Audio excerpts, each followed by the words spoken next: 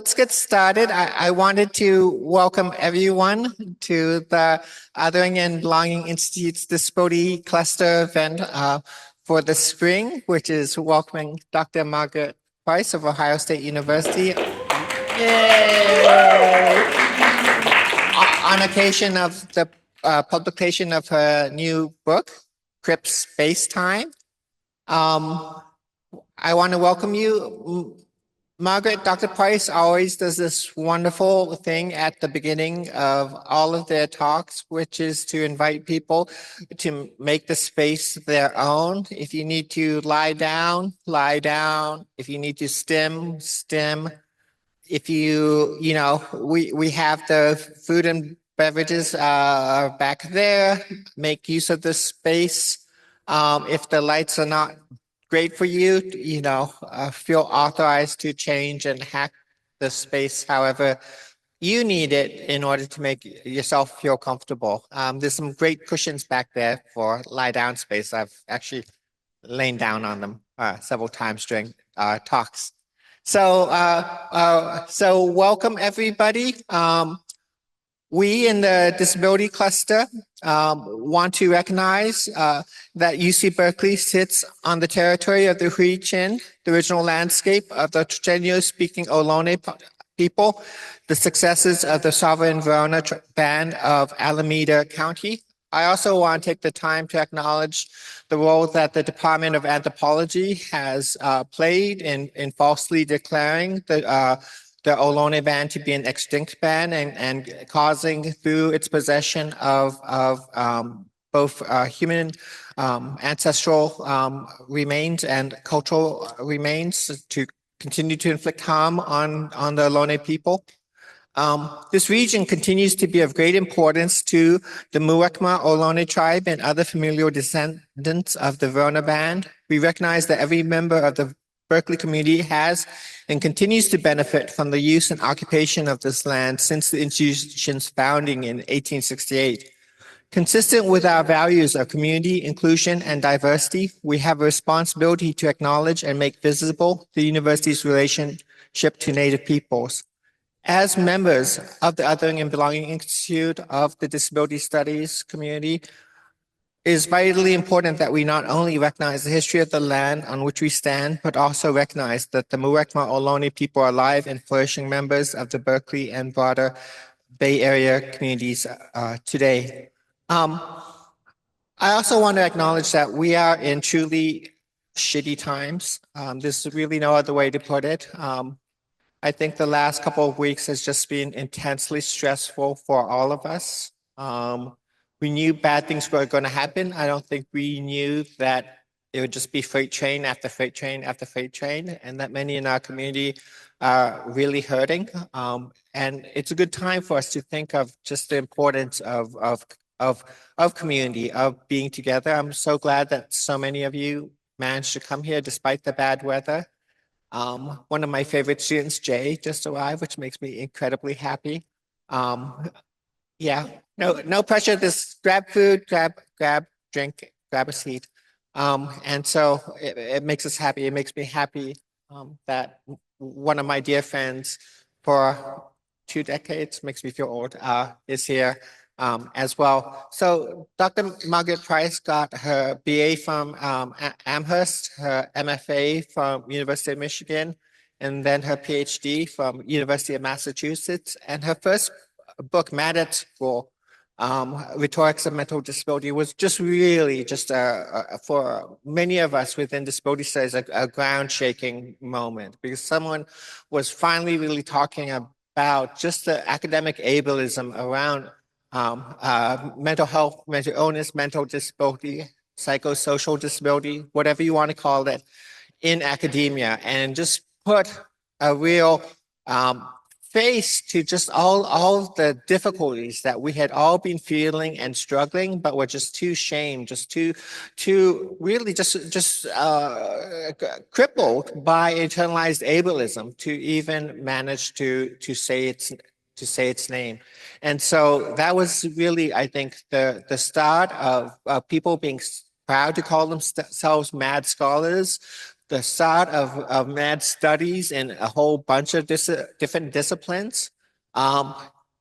During that time, Dr. Price moved from Spelman College to, I refuse to put the in it. So every time I say it, it's a deliberate thing. But we should call it an Ohio State University. and Ohio State University. Or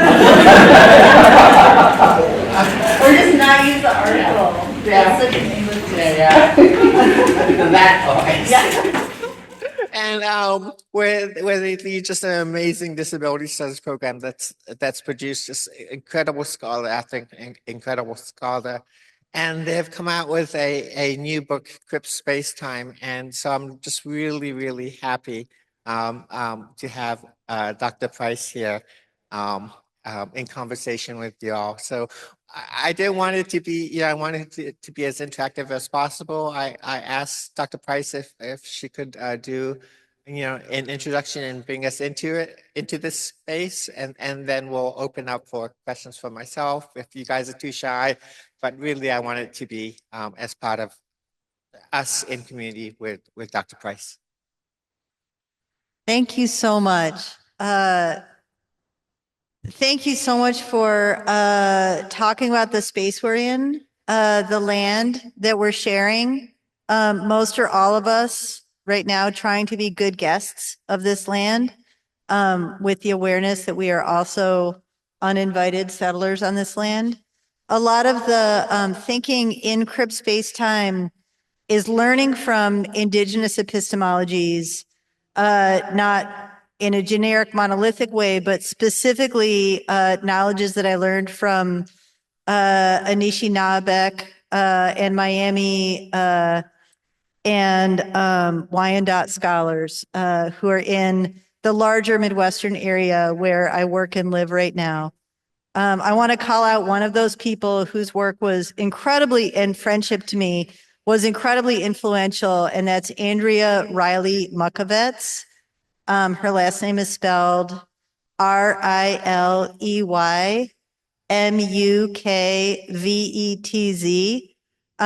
It was really from Andrea that I learned a lot of the ideas about beforeness and afterness, oldness and newness, and the entanglement of space and time in ways that don't adhere to Western physics and Greek classical philosophies. So that was a huge part of the development of this book, as well as, of course, the time and space that we're sharing today. Karen, I'm also so grateful that you're acknowledging that this is just a fraught, disorienting, shitty, frightening time. As with so many terrible times, part of my own disorientation stems from feeling like this feels familiar, while also feeling like this feels new. Like, and spending a fair amount of my mental energy being like, how unprecedented is this? Which is something I've really been struggling a lot with.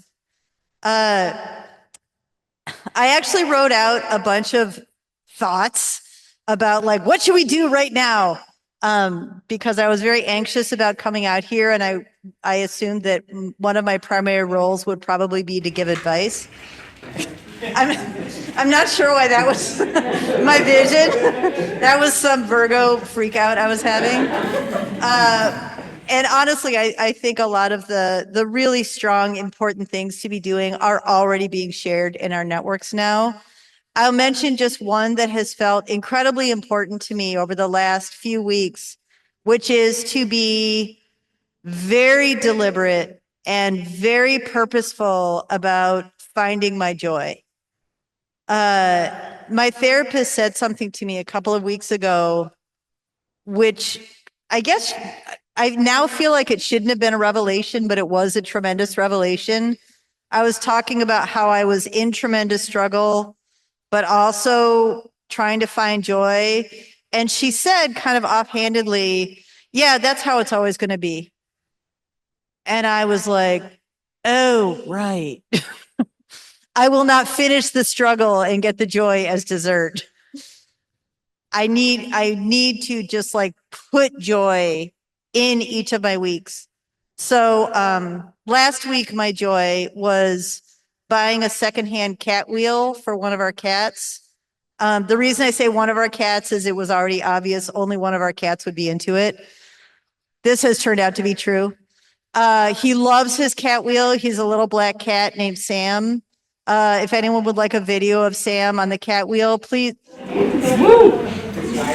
Yes. So it's basically like a big hamster wheel. It's about 30 inches high, and it turns like it's just it turns just like a wheel that you would give a hamster or a mouse to run on. And Sam the cat runs on it. It's got kind of astroturf on the inside so he can grip it.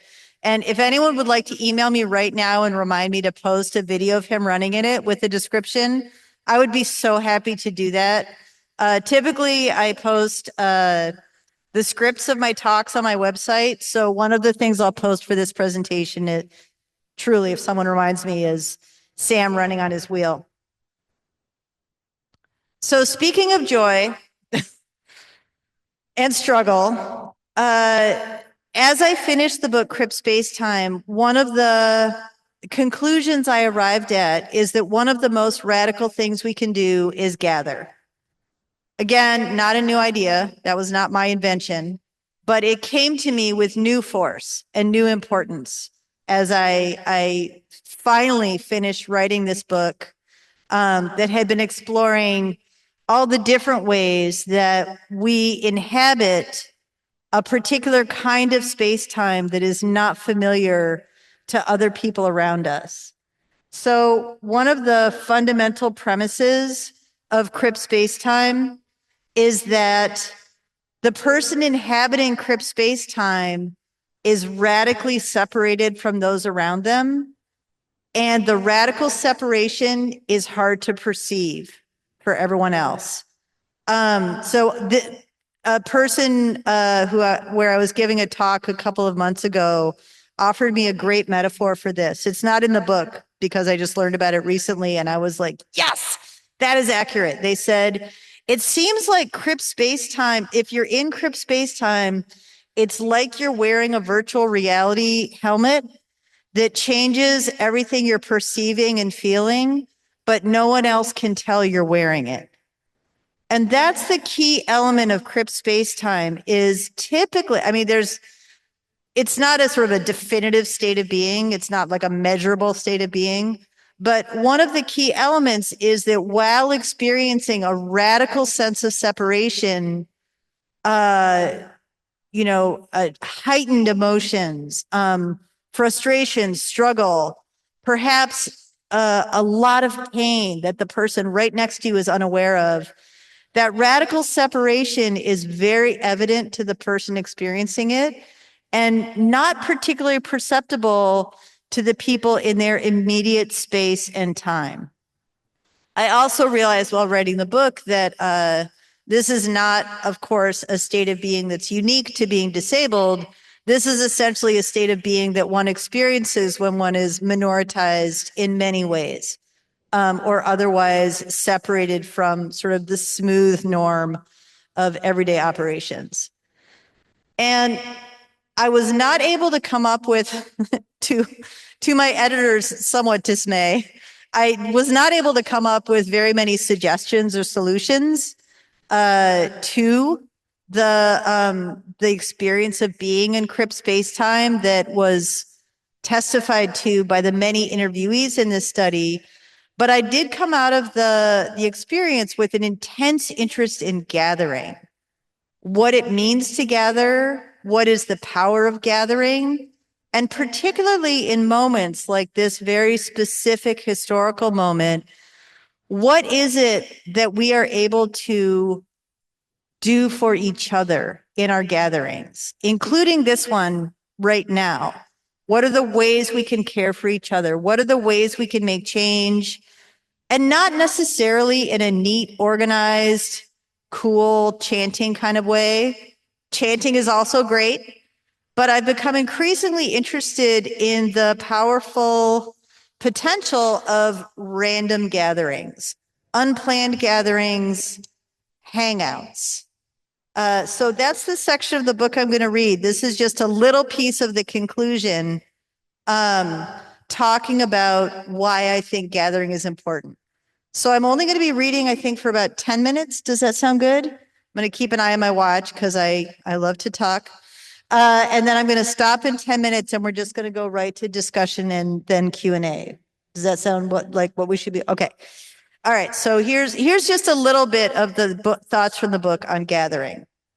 And if you'd like to follow along on the open access copy on the Duke University Press website, this is the very beginning of the conclusion. Collective accountability is one way, perhaps the only viable way, to shift from an individually focused, accommodations-driven approach to access toward a more relational and sustainable approach. 12 years of work on the disabled academic study have convinced me of this. We've given the individual accommodation approach more than a good try. Attempts to repair or improve that system may help in the short run, but moving toward access in ways that take relations, space, time, cost, and above all, justice into account will require a different approach altogether. How then? How is it possible to move toward collective accountability in an institutional setting that presumes the importance of competition, scarcity, and individual reward and punishment? Spoiler alert, I do not answer that question in the book. I just talk about it. And now I'm skipping forward a few paragraphs to the bottom of page 172. The examples I've shared here all revolve around a common theme: gathering. Gathering may occur in person, virtually, or in hybrid spaces. It may be synchronous, asynchronous, or some of both. And especially since the COVID-19 pandemic, its potential harms have become well known. The possibilities and harms of gathering, as well as the nature of gathering itself and its role in achieving a more transformative kind of access, are my focus in this chapter. Now, one of the works that I focus on while talking about gathering is a work that I'm sure a lot of people here are familiar with, The Undercommons by Stefano Harney and Fred Moten. And it's really from Moten and Harney that I got this idea of gathering, not necessarily with a defined purpose, but gathering as a hangout, as a way of kind of gathering together and thinking about potential energy rather than kinetic energy. And this is a mode of gathering that Harney and Moten call study. They specifically refer to study as, I almost know the quote by heart, talking, walking, sitting, eating, or just hanging out and doing nothing in particular. I am increasingly fascinated by the radical potential of doing nothing in particular together.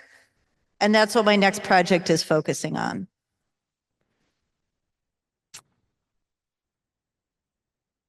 A few more words about gathering. Gathering, as people inhabiting Crip space-time, as Crips, as multiply minoritized people, requires creativity.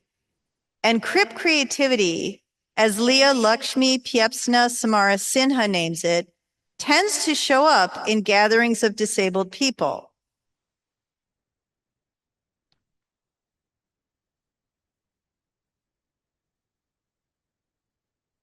I'm looking for this great story that she tells.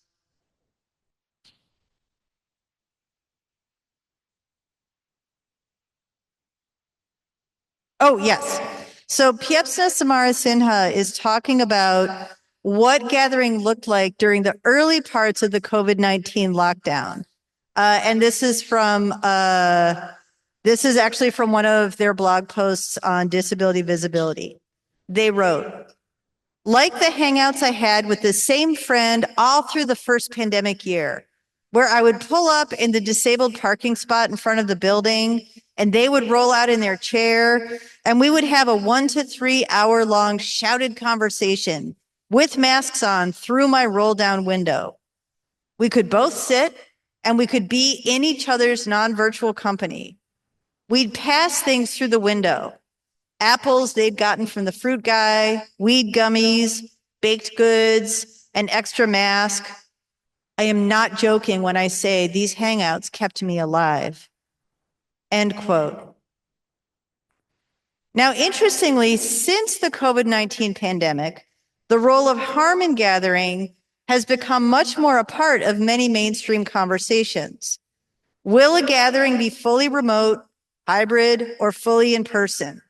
Will the option to quote unquote zoom in, a verb we all now have in our vocabulary, zooming in, will it be made available in all information about the event, or will that option be added only if someone asks? Will masks be required, quote unquote, encouraged, or not mentioned? What attention will be paid to the type of venue, the length of the event, the potential for resting and taking breaks? These are questions of access, not only disability access, but what I have come to call transformative access, a kind of access that centers questions of race, gender, class, and disability, and the potential for solidarity that may arise when we think about access as part of our whole selves. When the pandemic was widely declared to be over, we didn't return to our pre-pandemic life. We returned instead to a space-time in which the pandemic is confusingly simultaneously ongoing and over. And the friction of that simultaneity is painful. And these are my last few words. Every gathering excludes. Every effort to welcome creates, as Sarah Ahmed has reminded us, someone who is not at home. Although collective accountability can be built into gatherings of various kinds, we also cannot ignore the fact that gathering occurs through and because of harm, not in spite of harm. Gathering forces us to confront the dimensions of Crip space-time, space, time, cost, and accompaniment, and find a way to inhabit it together. Often this cohabitation is painful and messy. But the gathering itself is a refusal to be separated, and thus a commitment to collective access.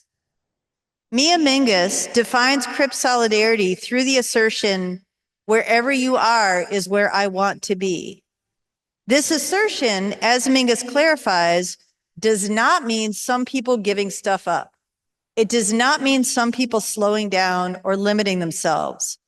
Rather, it means treating our collective presence as the only speed and set of needs that there are for that particular space-time. In Crip solidarity, it is meaningless to say, oh, I'll slow down for you, because I and you have become we. We are going at a particular pace. We are paying attention to something together. We are hoping to be somewhere together. The experience is not transactional. It is a form of collective accountability. Gathering, then, is how we affirm each other, how we recognize each other, and it's how we are able to imagine each other, even when we can't be together. Thank you.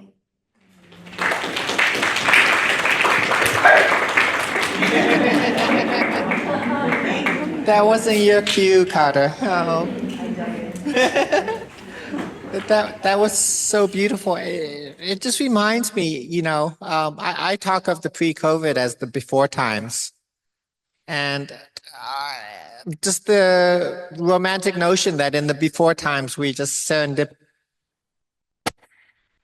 And I'm not sure how much of that is just this wishful romantic thinking, but you really strike upon that now in our current climate, that we have this sort of loss of that serendipity, of that sort of that we would just meet each other at the farmer's market and sit down and have coffee. And the importance of us perhaps making a deliberate effort to do so, that we really do need to figure out mechanisms of connection. Your metaphor of the VR goggles is just so moving as well. Yeah. Oh, well, you gotta watch this Apple TV show called Silo, because there's a reverse model of that happening in Silo, where the VR goggles will show you a glorious image while everyone else sees just death and destruction. But it's an amazing show. But it reminds me of just of how important for me like text messages have become, because I'll sit in a faculty meeting and just text someone. It's like, are you hearing what I'm hearing? Really? Like question mark, question mark, question mark. And just how much solace that has brought me. Because previously it was so easy to get gaslighted into thinking, oh my God, am I the only one who feels this way? And, but text has become this mechanism for this alternate reading of events, where we can create counter narratives and create a sense of community. I mean, previously we could only do an eye roll, and only like half an eye roll, because we didn't want the chair to see us eye rolling. And so there are now mechanisms, but we have to be perhaps more deliberate in really valuing what they're doing for us as community. So I thought it would be a nice time for us to open to other people with thoughts and questions and insights about this notion of that Margaret gives this wonderful model of Crip Spacetime, of disability making us inhabit in some ways literally different worlds than the worlds that other people navigate. Sometimes that is wonderful, like when our worlds intersect and we have this moments of community. Other times it can be incredibly alienating when it does seem like we are the only ones who are being we are not being seen. We are not being understood. We are being isolated. So, does anyone want to open us up for thoughts? I guess I'm feeling the silence a bit, but I was just really moved by the idea you quoted from Mia Mingus about like it doesn't make sense to say, "Oh, I'll slow down for you" when you're walking in a group of people. I think that is something that I don't know, struggle to kind of communicate to my able-bodied friends who want to care about me and want to like be walking at my speed, but aren't always paying attention. And I wonder, I don't know, I wonder if you can speak on that. I think it comes from maybe like a lack of presence and like a lack of paying attention to what is, because when we are walking in a group and I'm lagging behind, I know I feel really supported by this tiny dog. Actually, I'm super eager to speak on this. I have thoughts. Awesome. Thank you. Also, thank you. Oh, yeah. Thank you. May I ask your name? Ellen? Emma. Thank you, Emma. That's really, I really, the whole notion of doing something for you feels particularly charged to me. Possibly because of my specific upbringing as a white, middle-class, Midwestern, genderqueer person who just, I inhabit a number of like really privileged positions and also less privileged positions, but the sort of like this is for you and that is for you like just feels very of a piece with my upbringing, and that might be why I think a lot about it, because I notice it. The thing that comes to mind when you mention the issue of things being done for me or maybe somebody helping me is a concept in the book that I named access priming. And this is one of the few like actual practical takeaways in the book. Access priming is a specific act, and I'll describe it in a moment, but it also is something that I like to offer to audiences when I'm speaking to groups of people who are mostly non-disabled folks coming with good intentions and coming with the question, what can I do? Or how can I help? Or tell me how to do better. This is also sometimes a very present question when I'm teaching. So access priming is the act of offering help in a specific way. And here are the ingredients, so to speak, for access priming. One notices a potential way that you might help or provide access. That's step one. Step two, you offer it. Step three, this is the one that is very hard. You listen and you wait and you hold space for whatever might be responded to in that time. So here's an example, and this comes from my a personal, like, very strong pet peeve I have. I am a person who walks, and I'm a person who's usually taken for a woman, although I'm genderqueer. And I am also apparently a person who is often taken for someone who needs help with whatever I'm carrying. Especially if it's something like some lumber or a suitcase or something that sort of appears cumbersome. And the experience I have frequently is that whatever I'm carrying is pulled away from me. This is physically really dangerous for me. Because of my autoimmune diseases and the state my joints are in, I can be physically hurt. Paradoxically, although I'm like easily carrying these 2x4s along, if somebody tried to pull on them, I could be injured very quickly or easily. So that's one reason why this particular example feels important to me, is this is a way I get injured. And what I want to have happen instead is for someone to say, hey, do you want me to get those for you? And when I say, no, I'm good, I want them to be like, okay, and move on. It's very weird how rare that particular series of events is. I have needed help sometimes. I have very poor balance. I fall down in public fairly regularly. For some reason, people so rarely offer help when I'm lying on the ground. I totally don't understand this. I'm obviously not doing well. And if someone said at a moment like that, do you want help? Or do you want me to help you up? I could say, I don't want to be helped up, but I want you to stay near. And if they listen to that, it would be enormously supportive to me. So access priming, like a lot of specific access suggestions, works on the level of the individual. It's not really a suggestion for doing things at scale or in community. It's more a little thought experiment about how help operates, maybe especially in the US and especially among strangers.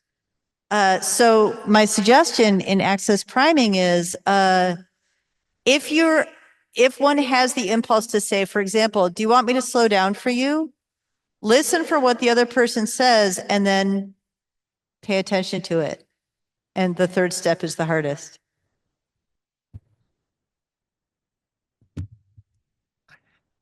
There's this wonderful project that's happening at Gallaudet University where they're doing research on they call it deaf space, on how architecture can change for deaf and hard of hearing people. And they start off with a real sort of ethnographic approach to thinking about how do deaf people occupy space. And I love the diagrams that come out of it because they show two deaf people walking and the amount of space that you need if you have two deaf people and assigning to each other. And instead of sharp corners, you want to have smooth, rounded corners. Or if the deaf person is at an elevator and waiting for it, you want a reflective surface so that they can see behind, so that if somebody walks up behind them, they can notice. Or classrooms need to be rearranged, the back tier.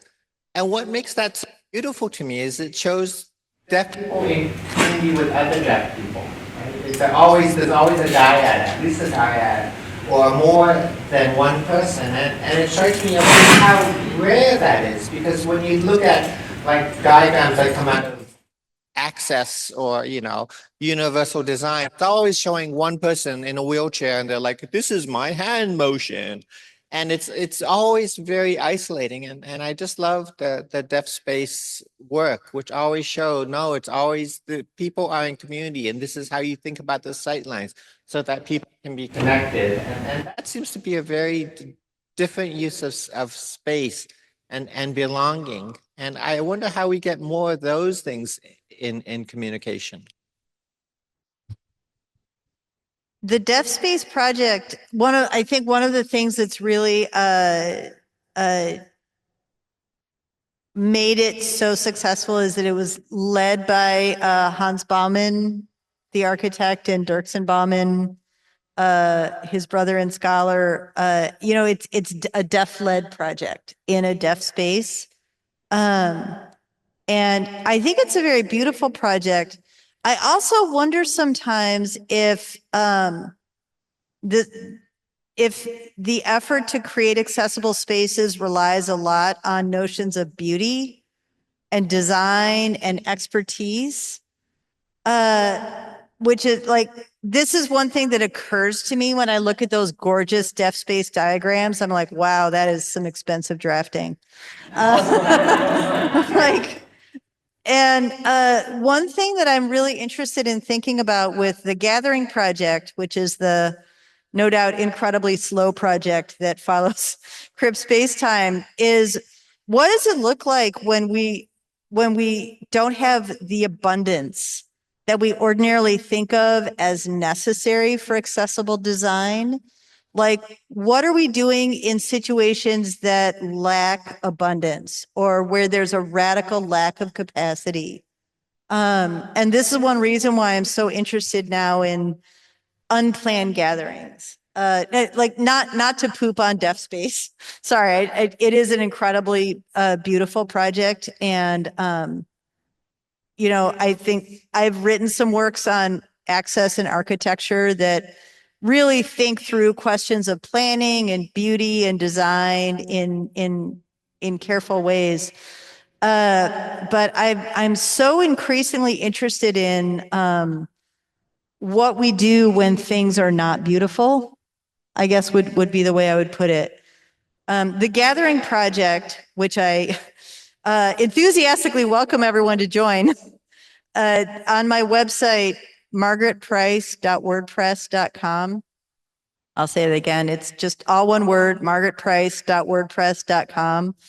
There's a tab for it. And effectively right now, I just want to interview people and learn about experiences they've had of gathering that felt accessible to them, across all the ways they bring themselves to a space. So thinking about transformative access across gender, race, nationality, disability, sexuality, and just ask people to tell stories about, when is that working?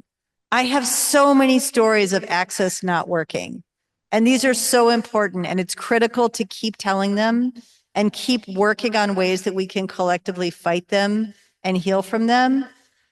But one of the other things that occurred to me as I was working on Crip Spacetime is it's interesting how difficult it is to find stories of access working.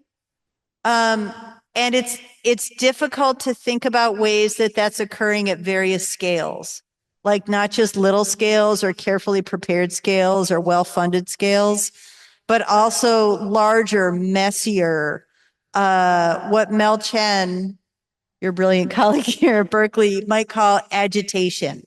The large movements of protests, the large movement of wind on water, the somewhat accidental forms of gathering that we move through on a daily basis.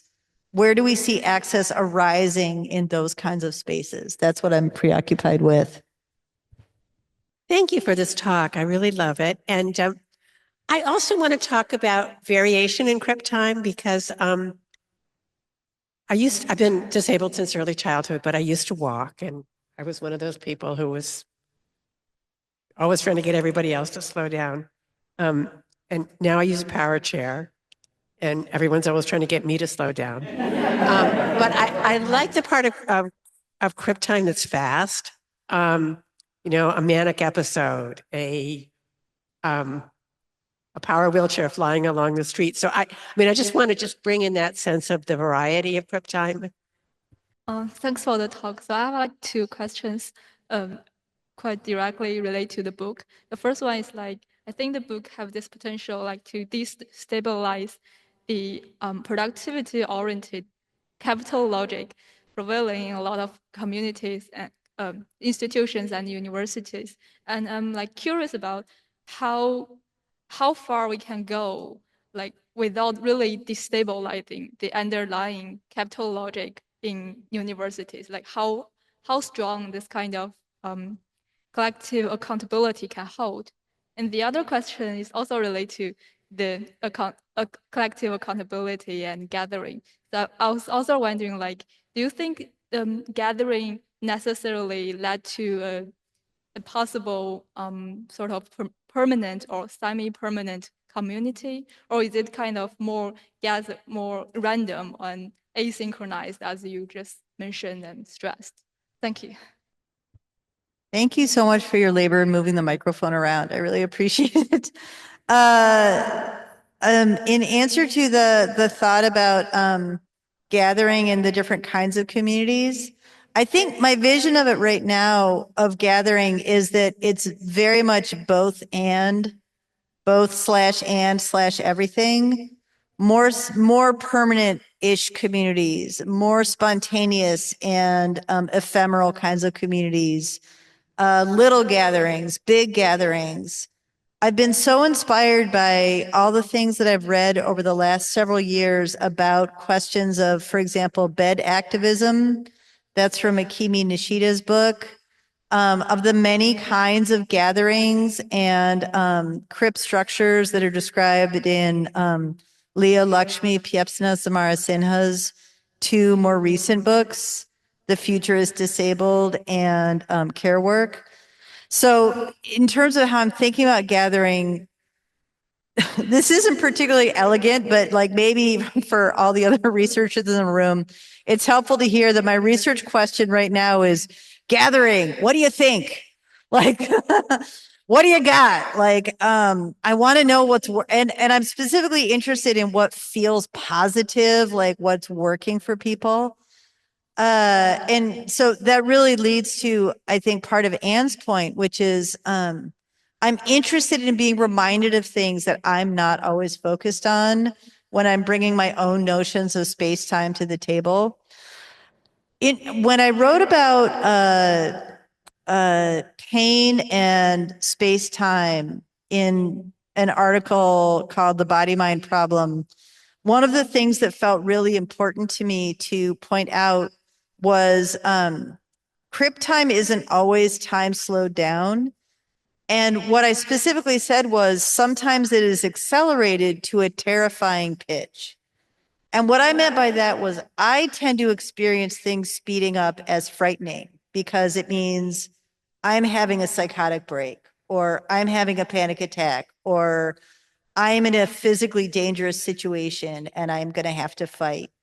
So I tend to experience that speeding up as frightening or threatening.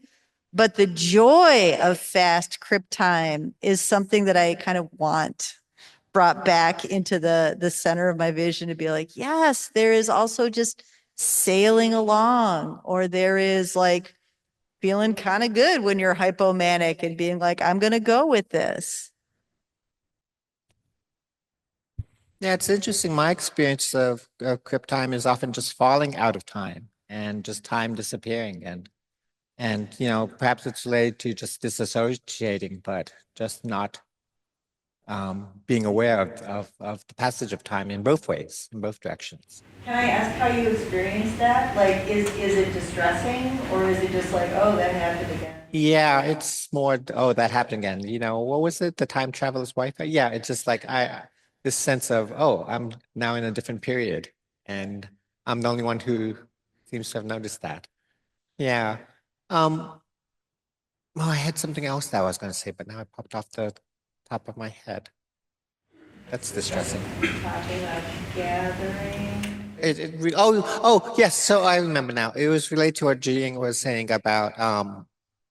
So there's a reason I think right now that the Department of Education is being targeted, because I think that education is in some ways it's a very capitalist endeavor, but in some ways it's a very anti-capitalist endeavor, right? The whole notion of public education, of social leveling, that means is that it always represents both of producing nice little docile workers, but also of the threat that you have these hyper-educated, uppity people, minorities and women and whatnot, who represent threats to the system and who must be destroyed and put down.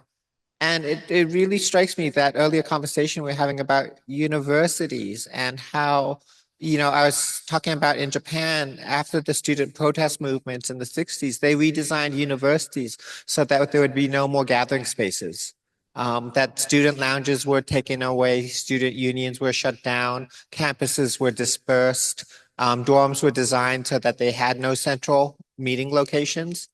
And that you can consider that one form of hostile architecture. We now see the other hostile architecture moving in. We were just going to have lunch at the student union, and to get into student union, we had to tap in. We decided not to go to the student union. But it seems we are surrounded by deliberate attempts at making the architectural environment non-amenable.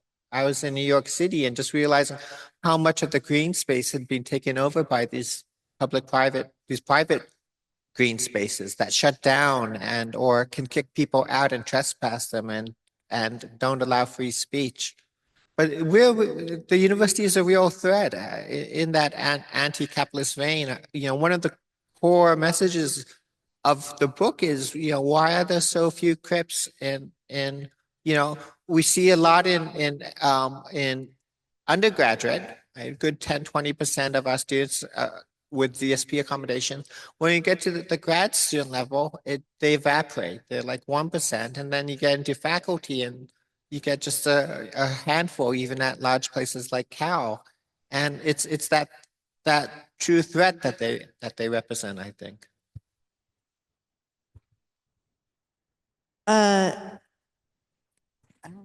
Sorry. Sometimes I give talks where I have to take the mask off to be intelligible. One for the methodology nerds out there. One thing that was really interesting about working on this large interview study is that if a faculty member was described as having a particular kind of disability and also being in a particular discipline, boom, confidentiality in a lot of cases was over. And this was something that my co-researcher, Stephanie Kirschbaum, and I really grappled with. For those who've read the book, you'll notice that there's a set of sort of brief bios at the end of the book for the different participants. I really wrestled with whether to put those in because in some ways they sound terribly reductive. They're like, this person identifies by this race, this sexuality, they're at this kind of university, they describe their disability as follows. But there were a couple of reasons why those are in there. One reason is that we used a method of sampling called maximum variation sampling. Instead of attempting to sample a representative group, you're trying to survey or interview or otherwise work with a group where folks are as different from each other as possible. And basically the idea is to uncover the kinds of research questions or dilemmas that would not emerge unless you were talking to people who are exceptions and outliers. But we also realized while pursuing these interviews that people were extremely identifiable because talking in some detail about one's disability while also talking about the details of how your particular department or discipline works, while also talking about what kind of school you're at, like confidentiality, at least in the US academic system, is either over or or you're down to 2 or 3 people. There's a wonderful philosophy professor, Teresa Blankmeyer Burke, who likes to identify herself as, I think she used to say she was the only signing deaf philosophy professor.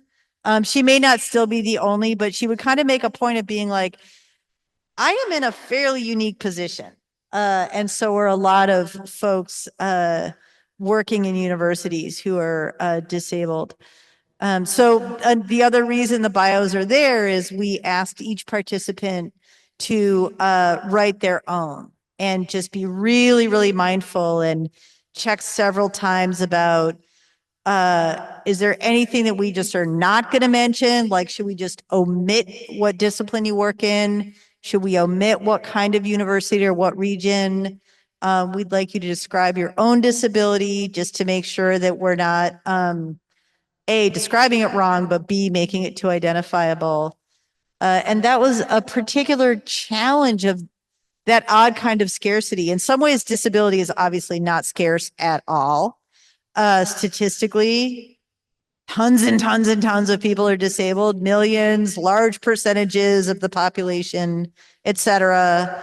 But in another way, there is an odd scarcity of identifiable people with disabilities having recognizable experiences in their professional lives. Hi, my name is Jada. Thank you so much for speaking. It's super moving to hear everything what you two both are saying. I kind of wanted to just follow up on if you can expand on what we've been kind of covering, especially kind of sometimes being the only disabled voice in the room in higher, like, for example, levels of education and other systems that we talked about. What would you say are some steps that we can take as individuals to like ensure that disabled voices are not only heard but acknowledged and able to be inputted into decision making? Yeah, it's tough. I mean, there's so many times when I have been the only X in the room, and I say something, and then everyone's like, "Oh, we're so glad you are here," and I'm like, "If I wasn't here, you wouldn't have thought of this, really?" And that is so sad slash, really? Anyway, that's my general feeling.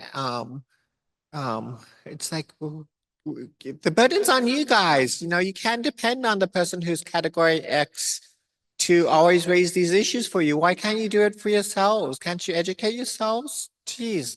Anyway, that's my frustration. I I forget who it was. I think it was Valerie Black, and I was meeting with Valerie and some of her students yesterday, and we agreed together that what would be most productive for us during that particular gathering would simply be to complain. So that was our just self arranged goal.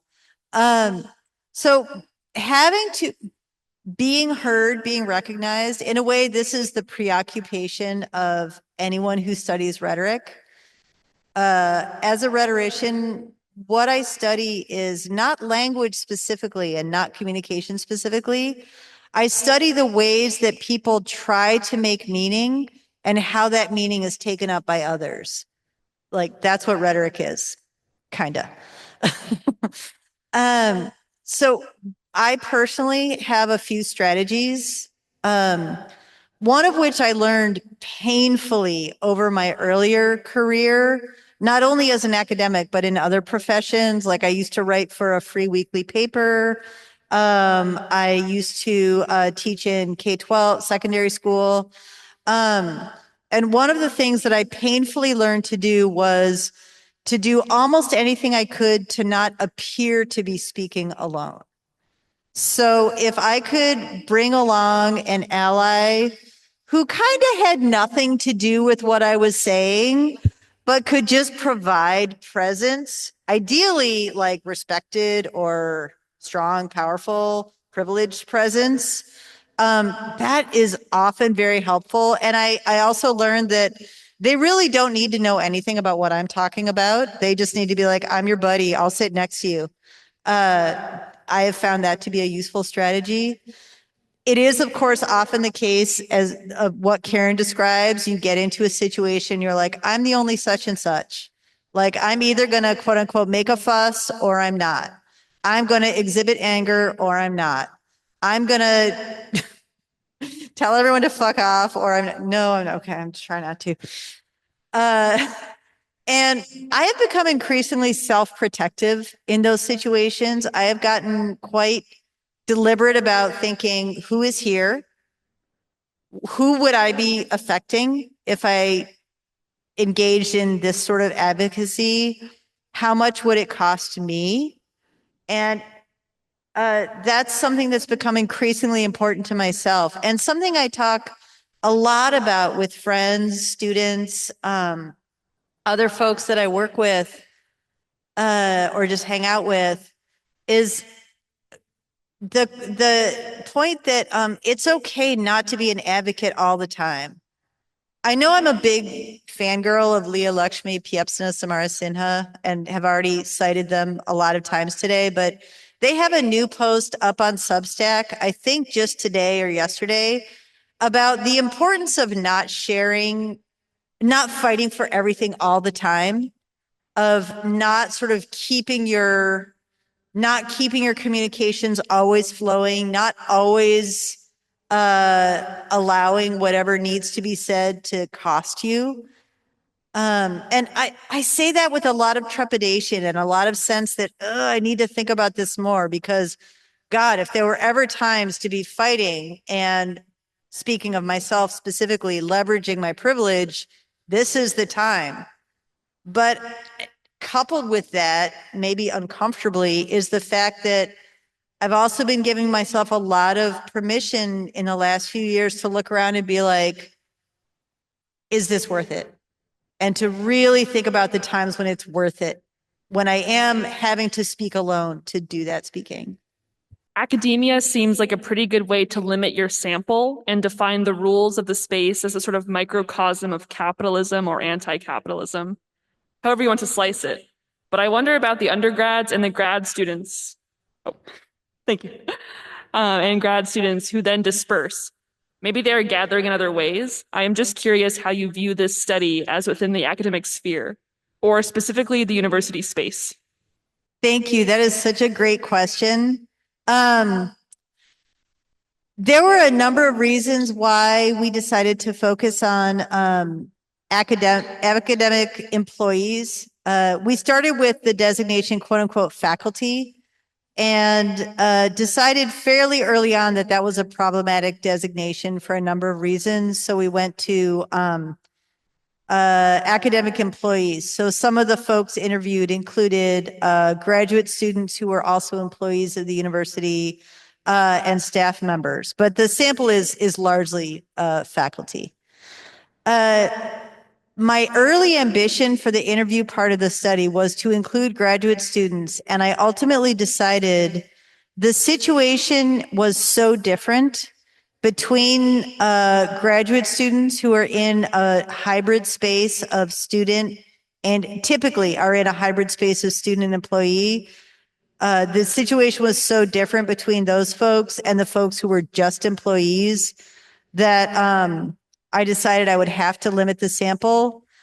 But I knew there was already work being done on disabled graduate students specifically. And so I was looking at and trying to support that work. So I'm overjoyed to say that there are now about 10 specialized studies of disabled graduate students. There's a number of them are cited in Crip Spacetime. I would also be glad to send anyone a list.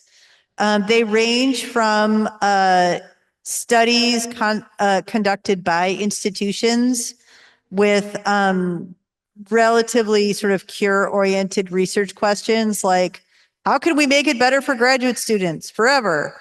To autoethnographic work by graduate students talking about and observing their own situations. So the short answer is Stephanie and I together ultimately decided to limit the sample because we were just trying to keep it something we could do. But the longer answer is the whole of people interacting with academia should be should be part of a larger constellation of studies asking about the experiences of being minoritized, and in some cases specifically disabled in academia. Interestingly, undergraduate students are studied in the thousands and thousands and thousands, but it's very hard to find studies conducted by disabled undergraduate students. So that's another thing that I'm currently interested in, is seeking out and supporting that research. I want to take your question in a different direction, which is thinking about disabled people outside of academia. And right now we see DEI efforts being demolished pretty broadly. NASA just took down not only any mention of DEI or LGBTQ pronouns or LGBT symbols in the workplace, but they also took down the page Women in Leadership at NASA, which just seems so needlessly cruel. But colleges have always led the way for that, as I said, that equity, right? First becoming co-educational, and then also letting in, African-American students, and then also accepting disabled students. And it finally started to affect, right, industry, to the point where they said, well, DEI, this diversity is important for creating a workforce that's representative and can produce products that are representative of the entire nation. Now they're walking that back, but I think that's just a reflection of the current national leadership. I don't know how much they really believe it. I want to believe they don't. But if we view our current undergraduate, my big class that you're in was about 10% disabled students, or at least students registered with DSP. And so we should start to see those numbers in, in the wider workforce. And I think the key thing is I'm trying to actively work against systems that keep them isolated, right? Right now, there is this notion, if you have a DSP accommodation, that you don't share it, or you don't share your status. And I come from the queer world, where it's like, woohoo, we're queer, get used to it. And so, wanting people to come out. I know there's a ton of disabled faculty, but they're all in the closet. I mean, the number of faculty who are out of the closet is just a handful at Cal, of all places. And so how do we get if the faculty won't come out of the closet, who will? So encouraging that seems really vital. But I think the fact that we are succeeding can be seen in the efforts to make sure that this clampdown, I think this backlash is coming at a moment where we were on the precipice of succeeding and just making it seem, I like this place where it's like, you have this portion in your book where it's like, I want the notion of accommodations to be just as natural as thinking about, like, why wouldn't we accept gayness? And that book, I won't say aged poorly, but in the current climate, it's like, are we going to move to this point where we don't? But I think we are. Hopefully, we're at that point.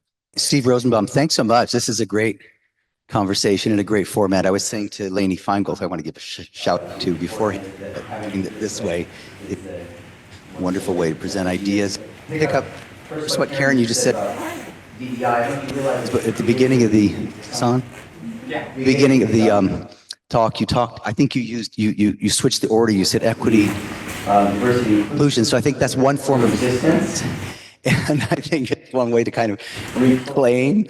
We need to said, do not obey in advance. Do not obey in advance. And spaces like this and gatherings, as you talk about, Margaret, are so important to maintain. And Berkeley, liking to think itself in the vanguard, is not always in the vanguard, but needs to keep that in place. Comment, Margaret, about the idea of identifying some of the people in your book, or outing some of the individuals. I think the idea of referring to people from an Ohio State University is one way not to identify. I like that. But something I want you talked a little bit about. I think I know what you mean by this, but in your book, apparently you talk about how individual accommodations can impede access. And you've alluded in some ways about the othering that can happen, the identification, the outing. I come from a disability rights background, trying to embrace disability justice, disability studies, but I still kind of come from a place that says there's something about those individual accommodations, particularly in the disabled student context, K-12, where the I in the IEP is so important. So I wondered if you could say more about how it impedes access, even though there are ways, I think, to have those accommodations without necessarily being public about them. So maybe you could talk a little bit about that. Thanks. Thank you. That one of the central arguments of Crip Spacetime is that this, and I want to say this carefully because accommodation can mean a lot of things. The system of accommodation as presently practiced in American colleges and universities is leading us away from rather than toward justice. It is leading us away from what I think of as a sustainable form of access. At the same time, and this was a really, really hard argument for me to come to, in part because accommodations are something I believe in strongly. I receive accommodations at Ohio State. I, of course, advocate for them on behalf of students I teach. Since I direct the disability studies program, I also advocate for them, you know, for kind of everybody else, it seems. So accommodations are, you know, a struggle that I had while I was trying to work out this idea was, but accommodations aren't bad. Like, aren't they getting us part of the way there? Like, aren't they the necessary hack or stopgap measure that we need while we're trying to build the more just, more sustainable versions of access? And I eventually figured out something about the system of accommodation, again, as it's presently practiced in U.S. colleges and universities, not everywhere. I figured out a fundamental thing about it, which is that it relies on prediction. This is part of the temporal aspect of Crip Spacetime. In order to get my accommodations at Ohio State, I need to be able to be pretty legible about what my disability is, like whatever it is that's necessitating the accommodation. And we actually have a really great Office of Disability Services and a great ADA coordinator. So it's not one of those situations where I have to be like, here are all my diagnoses and my doctor signed off on them. In fact, he's here, you know, but even within the really well-run and liberatory system that Ohio State has, there's some sine qua non, some things I have to do for my accommodations. I need to legibly explain what the need is, and I need to say when I'm going to need it. I'm going to need it in the classroom next week. I'm going to need it for this lecture tomorrow. I'm going to need it all semester next semester. It is always, to some degree, a future move. Now, of course, a lot of accommodations are practiced in the university circumstances in a more immediate, fluid, relational way. This happens all the time in classrooms.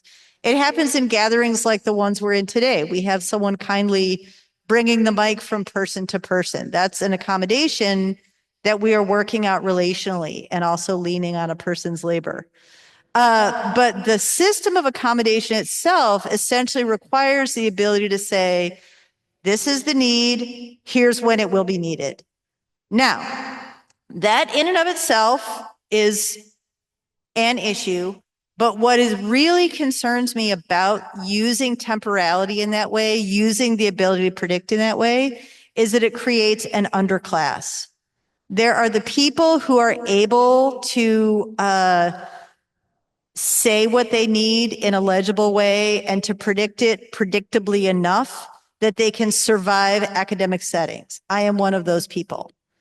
There are also people who cannot possibly predict well enough to make use of the accommodation system, and that is the underclass. These are the students dropping out of school. These are professors like literally falling down in the hallway sometimes. Moya Bailey's incredible article, The Ethics of Pace, points out that Black women professors literally die from the stress that they are under. This is who the accommodation or any future-oriented predictability-based system is failing. And we can't perceive that very easily because they're not there for very long. If you are a chair user and you go to Japan, one of the things you notice is that Tokyo, Japan is very accessible with elevators everywhere, except the train system. In order to get from the platform to the train, you have to ask a train conductor to come, and they pull out this tiny little mini ramp. It's like 1 foot long, and they fold it out for you, and you get on the train.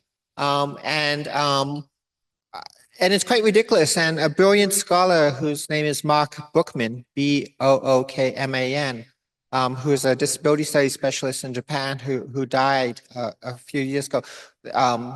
One of the things we don't mention is that the disability community has so much death. I mean, and so much premature death, not only from stress or lack of accommodation or medical malpractice or, part of what just keeps me going is just survivor's guilt most of the time. Is that, I know so many grad students, brilliant grad students and brilliant faculty who deserve to be in the world, who deserve to have the privilege that we enjoy. And he's sleeping. He's like, I'm done with playing. What's keeping me going is that he likes me. Yeah, he likes you more than me. He's sitting with me.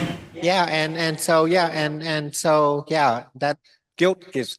I'm properly Japanese. And guilt gets me going. Anyway, and I asked him, what is up with this? And he said, well, it's part of it. I mean, Japanese could easily design, a little, high-tech platform doing thing, or design like BART so that there is no gap.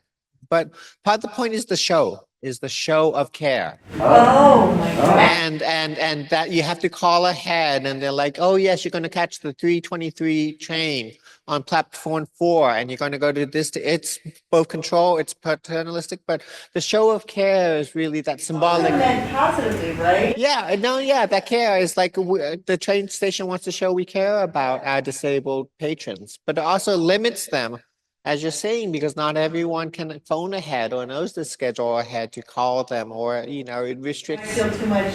Yeah, too much shame. Guilt. Guilt To be like, I don't have to get out of here. And that's, I didn't know they had to call that it. performance is, and we see this in other areas, right? That we're much more interested in the performativity of care than we are in actually rectifying the situation. And it strikes me that is, a major issue. I'm reminded, thinking about trains, that we were also going to talk about mobility and movement and travel. I actually really want to get to questions from a couple more people, so maybe we should do that. Yeah, we'll save that for. Why don't we take 2 or 3 questions at the same time, and then. Hi, Margaret. It's Lucy. I was wondering if you could talk a little bit, because it was so interesting yesterday, speak about your notion of accompaniment and what accompaniment, is there a version of accompaniment that exists at the level of collective community of gathering, sort of beyond individualized access needs or care? And if there were any examples in the many interviews you conducted of that have really stayed with you. I come to this conversation from an autistic perspective. And when you were talking about predictability, it just made me think about how part of receiving accommodations as an autistic perspective requires a predictability, not just for what we need, but how others will interact with us and how others are going to interpret or misinterpret us. And that can be so impossible to figure out. And I'd love to hear your thoughts on that. But I also wanted to talk just a little bit about how you were mentioning Leah's Substack and the idea of like kind of resisting giving everything, and how one thing I talk about with people in my community is how sometimes we have to be okay with just giving 80% so we can do more for us over the long term. And that leads me into thinking about gathering and thinking about gathering in ways that are maybe atypical for normal society, but like the idea of for autistic people, how we have maybe togetherness through distance, or how asynchronicity gives us the truest form of communication and understanding. I'd love to hear any thoughts you have. Thank you both so much. I think actually these two questions really go together beautifully. Two of the ideas that I am trying to work out in Crip Spacetime are the idea of accompaniment and the idea of what I called a body-mind event. So I'll talk about body-mind event because it has to do with my preoccupation with predictability and all the things that predictability is. You know, it's a strong marker of being in an already privileged position to feel that one needs or would want or can manifest predictability. It is a deep need for some ways of being disabled. It is something that in some ways is never available in Crip gathering because we are always having to improvise. Maybe I mean just creatures gathering. We are always having to improvise. We are always having to figure out how things can emerge relationally. And the body-mind event, like everything else in the book, took me forever to figure it out. A body-mind event, I ultimately came to define it loosely as a sudden, I'm not going to get this quite right, but a sudden shock to one's mental or like basically your body-mind state in a way that disrupts the space-time you are in. So this could be something like hitting a crack in your wheelchair and falling forward. It could be something like experiencing a sudden panic attack or meltdown. There are many, many ways that a body-mind event could manifest. And one of the things I'm really interested in about body-mind events is they're almost by definition not predictable. And they are also an incredibly important part of thinking through access to me. Again, going back to the idea of beauty or order, not thinking of access as sort of putting things nicely in place in a Western, non-war torn environment, but in thinking about what are the ways that lack of predictability is always the milieu that we're moving through. And that's what we have to kind of form our gatherings with and through. With regard to accompaniment, the reason I was thinking these two things really go together is accompaniment to me, the experience of being together, not only human being together, but human, creature, land, environments, tools, all those beings together, I think are a critical part to recognize if we are going to think about sustainable ways of making access and relation. And I have to give a plug to a place that I learned about just yesterday. It's in Richmond. The reason I was there is because Lucy and I are old buddies from Ohio State. And it's an arts center called NIAD. What does NIAD stand for again? It originally was National Institute for Artists and Disabilities, and now it's actually Independence for Artistic Development. Okay, thank you. Essentially, it's essentially a makerspace for disabled artists. And what really struck me about NIAD in particular is that there are a lot of folks around who call themselves facilitators. And there was this kind of dance going on among artists making art, people nearby, making sure supplies were available.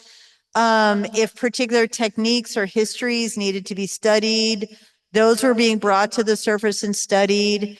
But it was a gathering that could not have taken place without that kind of spontaneity, and without a certain level of unpredictability in the ways that relations were unfolding. And like every every gathering place that I learned about through Crip Spacetime or subsequently, it's a small space. It's not something I could imagine ever creating a policy for, or creating a large, grand, 1,000-person version of it. And that's my next question is, what does it mean to manifest access at all scales all the time? And that I don't know. I just wanted to say I really, really resonate and love with the discussion of predictability and the underclass for accommodations, because I've been in so many situations where it's just or I've had professors be like, hey, can you let me know as much as you can in advance? And I'm just like, yeah, let me just I actually have a mental breakdown scheduled for next week on Tuesday. I'm planning on doing a flare up. I actually just sent you an annotated version of the syllabus with the days I'm gonna miss.